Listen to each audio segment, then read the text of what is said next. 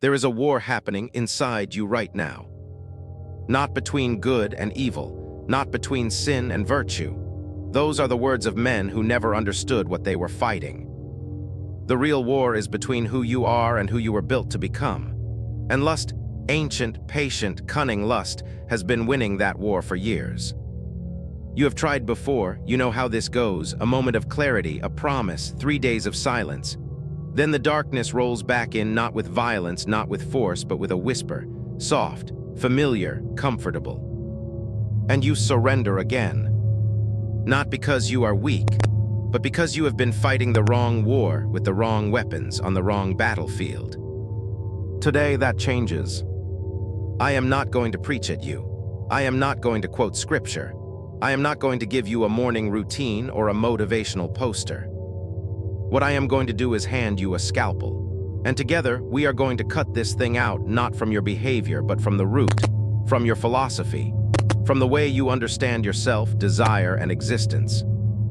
Because the men who conquered lust throughout history, the Stoics, the Samurai, the philosophers who shaped civilization, they did not white-knuckle their way through temptation.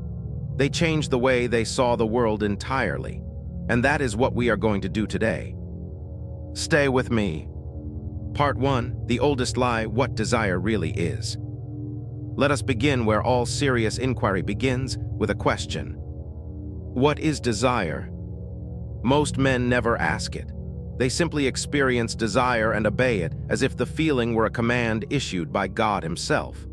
But the Stoics, particularly Epictetus, a man who was born into slavery and yet became one of the freest minds in history, taught something radical. He said, "It is not things that disturb us, but our judgments about things." Read that again, not things, judgments about things. Desire is not a fact. Desire is an interpretation. It is your mind constructing a story that says, this thing, this image, this sensation, this person, this will complete me. This will satisfy the emptiness. This will make the restlessness stop. That story is a lie. Not a small lie, a philosophical catastrophe. Because the moment you accept that story, you have handed the keys of your inner life to an impulse that does not care about your purpose, your dignity, or your legacy. It only cares about the next second. Schopenhauer, the dark philosopher, the man Nietzsche called his teacher, understood this more brutally than anyone. He said the will to live, the blind, biological drive inside every creature, is not pointed toward happiness. It is pointed toward perpetuation. It does not want you to be satisfied. It wants you to keep wanting. Satisfaction is the enemy of the drive. The moment you satisfy desire, the drive loses its power over you. So it never lets you fully arrive. You finish, and within minutes the shame floods in. The exhaustion, the hollow feeling behind the chest, that is not weakness.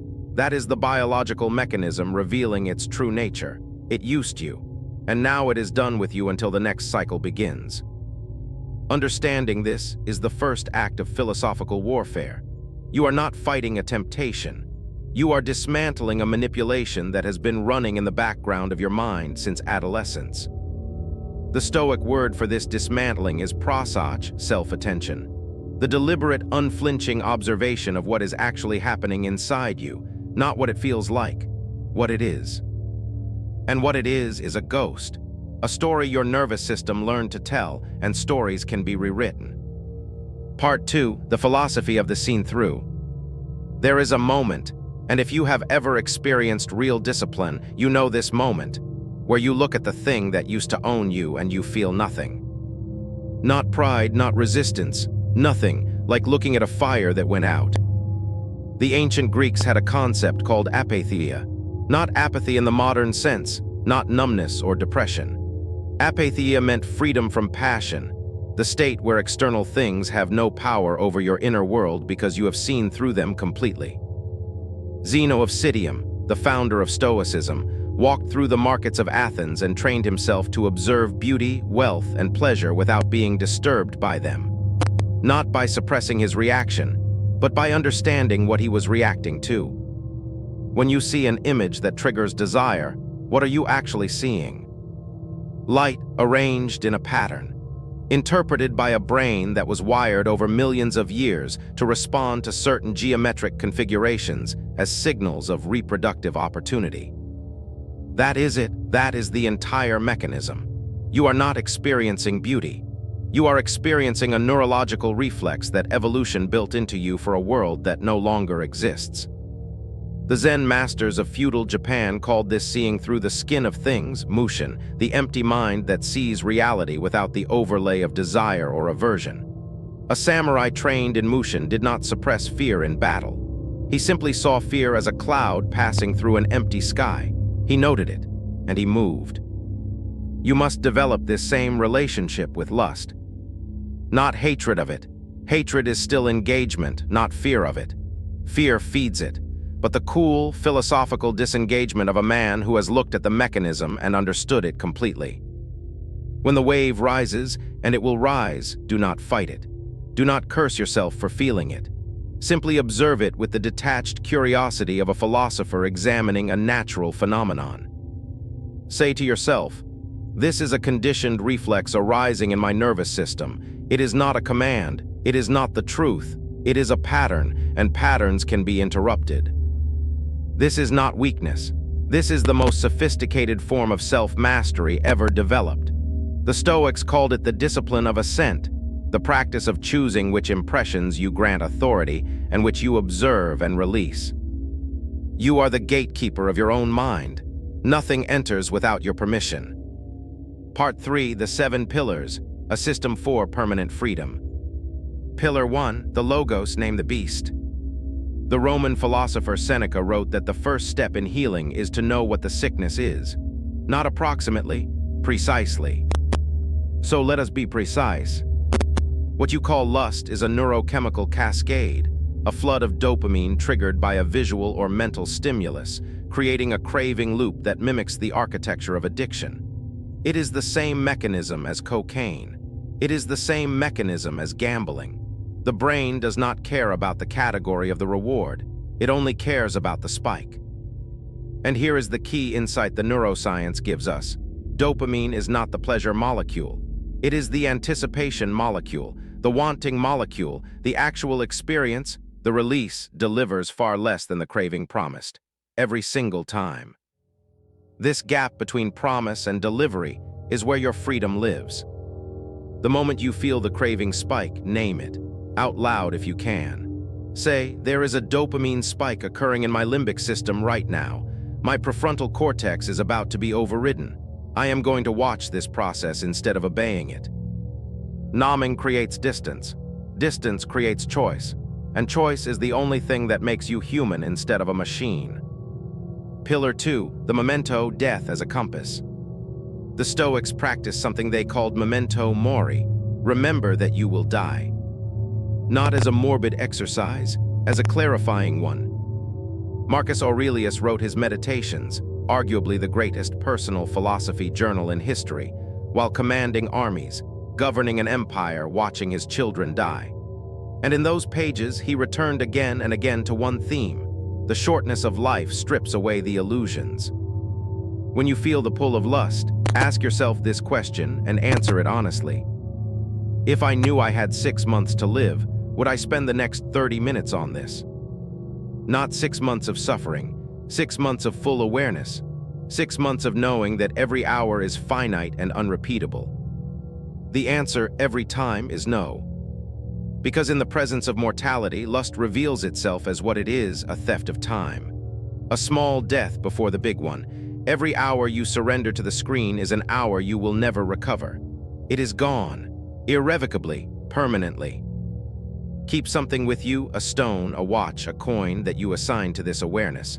When the urge arrives, hold it. Feel the weight of it. Let it remind you the clock is not paused, the hourglass is not frozen. You are spending the one currency that cannot be earned back. Is this how you want to spend it? Pillar 3, the alchemist transmutation of energy. Across every esoteric tradition in history, the tantric yogis of India, the Taoist masters of China, the Hermetic philosophers of ancient Egypt, there existed one teaching so consistent, so universal, that it must be taken seriously even by the most rational mind. Sexual energy is creative energy. They are the same force wearing different clothes. The Taoist concept of jaying, sometimes translated as vital essence or sexual energy, was considered the most fundamental substance a man possessed. The masters taught that it could be expended through physical release, or it could be circulated upward through the body, nourishing the mind, sharpening perception, and fueling creative and spiritual work. This is not metaphor. The biology supports it. Testosterone, the primary hormone of male drive and aggression, does not simply fuel sexual desire. It fuels ambition, risk tolerance, competitive drive, creativity, and executive function. The same force that makes you want to pursue a woman makes you want to pursue a mission. They are the same biological energy finding different targets. When you withhold release, when you contain the energy instead of discharging it, you do not become frustrated. Initially, yes. But if you redirect it, if you hit the gym, write the chapter, build the business, master the skill, something strange happens. The energy transforms, the restlessness becomes fuel. The drive that was hunting for a screen finds a more worthy prey, your potential. This is what the alchemists called the magnum opus, the great work, turning base material into gold. You are the base material, your mission is the gold. And the fire that drives the transformation, that is the energy you have been wasting. The next time you feel that surge, that electrical charge in your chest and your spine, do not reach for your phone. Reach for your work, train your body, build your mind, create something that outlasts you. You are not suppressing the energy, you are promoting it. Pillar 4, the philosopher's mirror, identity before action. The Stoics believed that character, ethos, was not something you built through massive gestures. It was something you built through the 10,000 small decisions that nobody sees. Every time you choose to look away, you become slightly more a man who looks away. Every time you choose to stay, you become slightly more a slave. This is the philosophy of identity-based change, and it runs deeper than habit. Habit is behavioral. Identity is existential. Habits can be broken. Identity, once fully claimed, reshapes what is even possible. Here is the exercise. Close your eyes and construct him, the man you are becoming. Not the ideal version of you as a reward for good behavior. The actual you that exists when no compromise is made, when no ground is given. How does he carry himself? How does he enter a room? What does he do with idle time? What does he refuse, not with struggle, but with the quiet certainty of a man who simply does not do that anymore? That man is not a fantasy. He is the version of you that exists on the other side of this decision.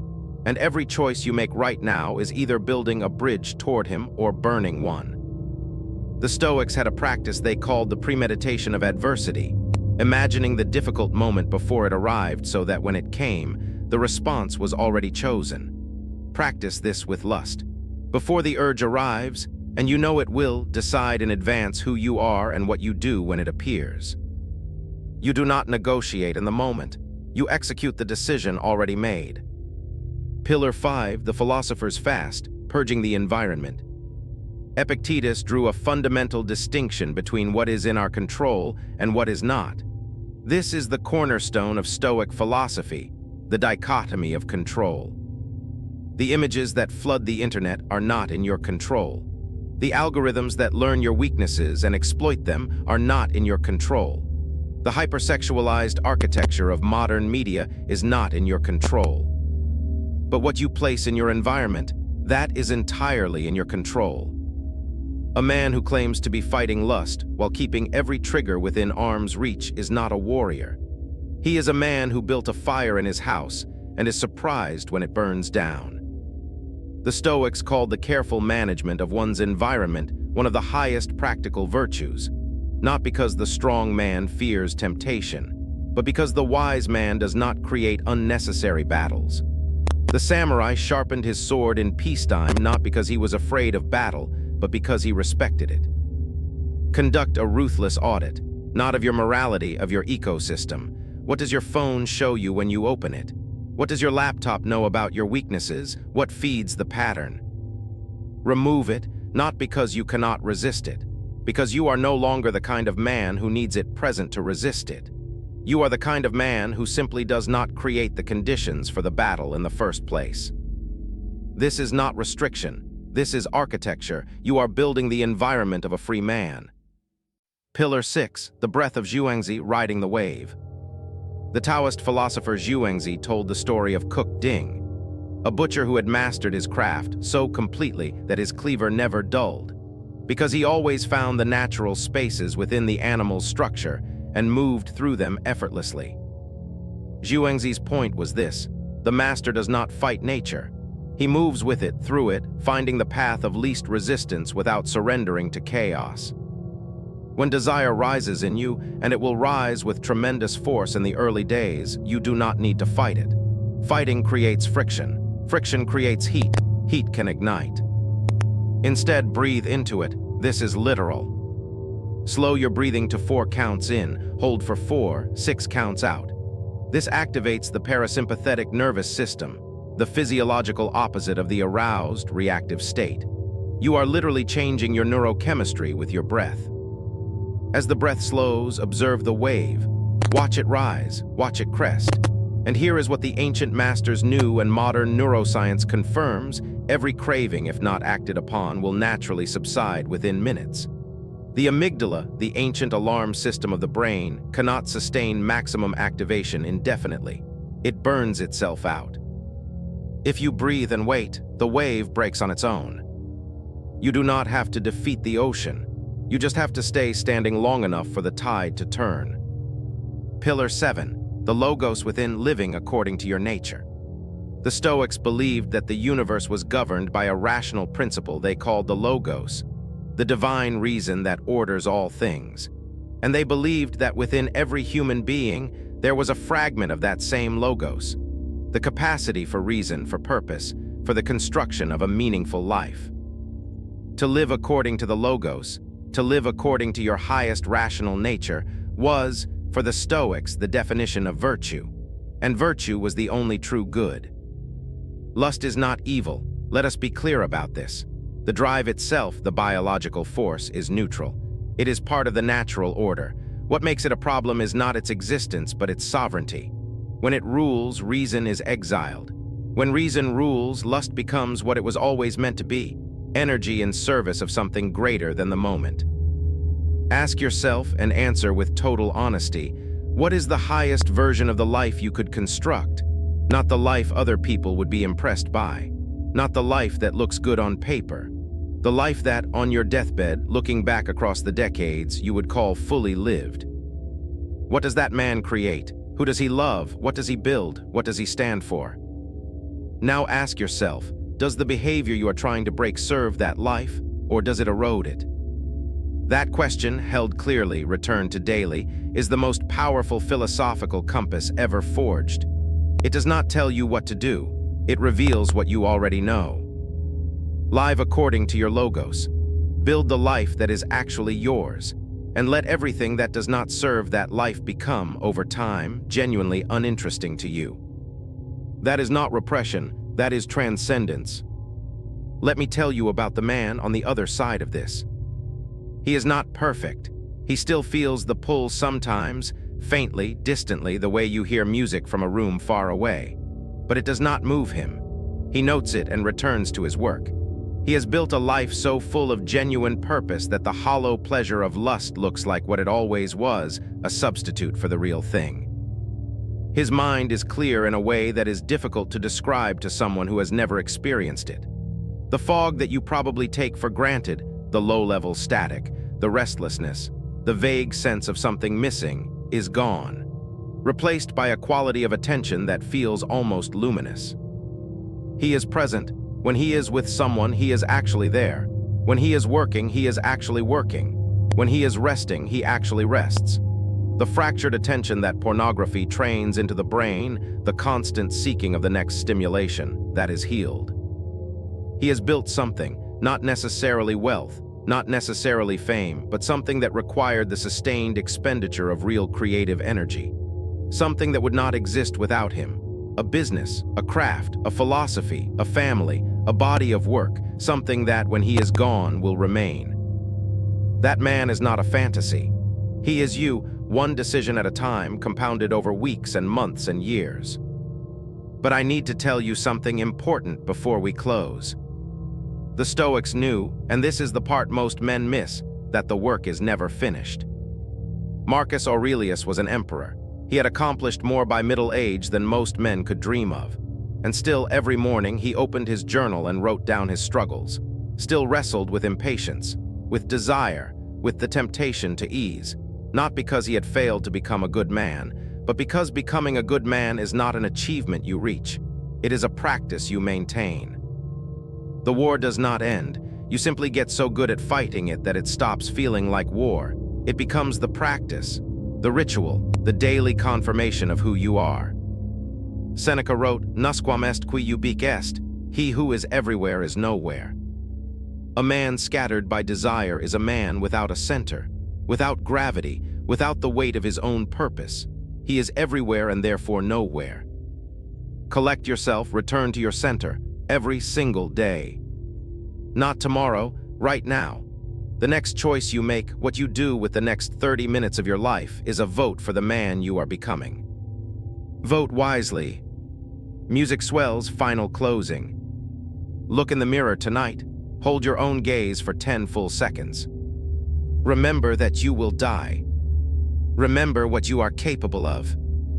And choose as the Stoics chose, as the masters chose, as every man who ever built something worthy of memory chose, to use your time, your energy, your one irreplaceable life for something real. The clock is ticking. The question is not whether you can kill lust forever. The question is whether you are willing to become the man for whom lust is simply no longer interesting. That man exists. He is waiting for you on the other side of this decision. Go meet him.